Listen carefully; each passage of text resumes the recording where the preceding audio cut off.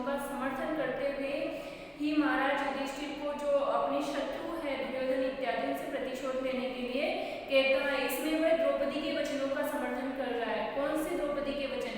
प्रथम सर्ग में जो हमने पढ़े थे, क्या पढ़ा था हमने उसमें कि जब वनेचर दुर्योधन के प्रशंसात्मक वचनों का वर्णन करके जाता है महाराज युधिष्ठिर के सामने, उसकी राजनीतिक सफलता को बताता है, तो उसको सुनकर द्रौपदी की जो पीड़ा है, जो उसके घाव है, वह वापस हरे हो जाते हैं। वो बहुत ज्यादा पीड़ित हो जाती है और उसी पीड़ा को सहने में अनियंत्रित होती हुई वह अपनी ओजस्वी वाणी में महाराज युधिष्ठिर को युद्ध के लिए प्रेरित करती है। जब युधिष्ठिर के अलावा जो चारों पांडव भाई है वह द्रौपदी की बात सुनते हैं, जो कि पहले से ही प्रतिशोध की भावना अपने मन में पाले बैठे थे।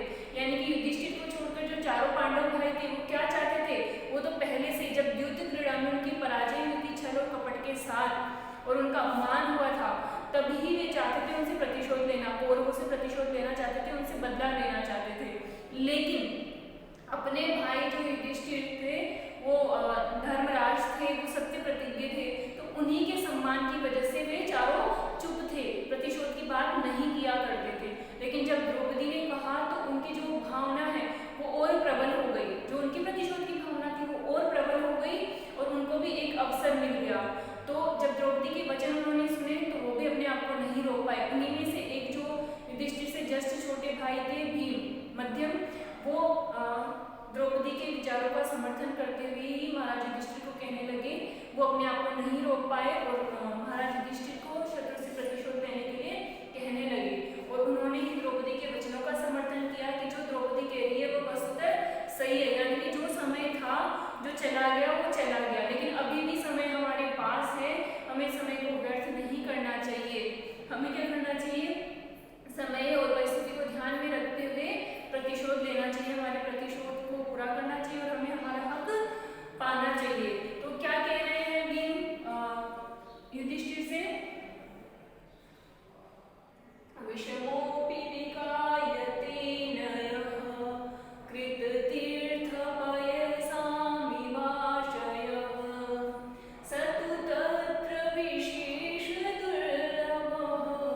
न सदुपन्यस्यति कृत्यवर्मयः।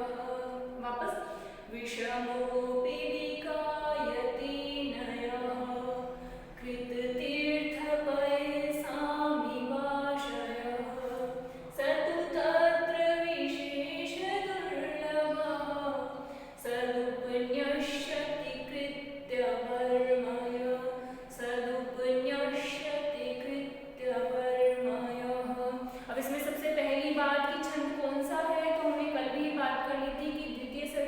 जितने भी श्लोक है उन श्लोकों में कौन सा छंद है? वियोगिनी छंद है और अंतिम 2 या 3 श्लोक है उनमें छंद परिवर्तित किया गया है, छंद परिवर्तन है। बाकी सब में कौन सा है? वियोगिनी। जबकि प्रथम सर्ग में कौन सा छंद था? वंशज। ऑलमोस्ट सारे में वंशज था, केवल लास्ट के जो 2 श्लोक थे उन्हीं में छंद परिवर्तन था और यहाँ पर है वियोगिनी। अब देखते हैं कि वियोगिनी का लक्षण क्या होता है। तो वियोगिनी का लक्षण क्या है? विषमे ससजा समे सभरा लो अथ गुरुर वियोगिनी। क्या कहता है? विषमे ससजा, विषमे ससजा गुरु समे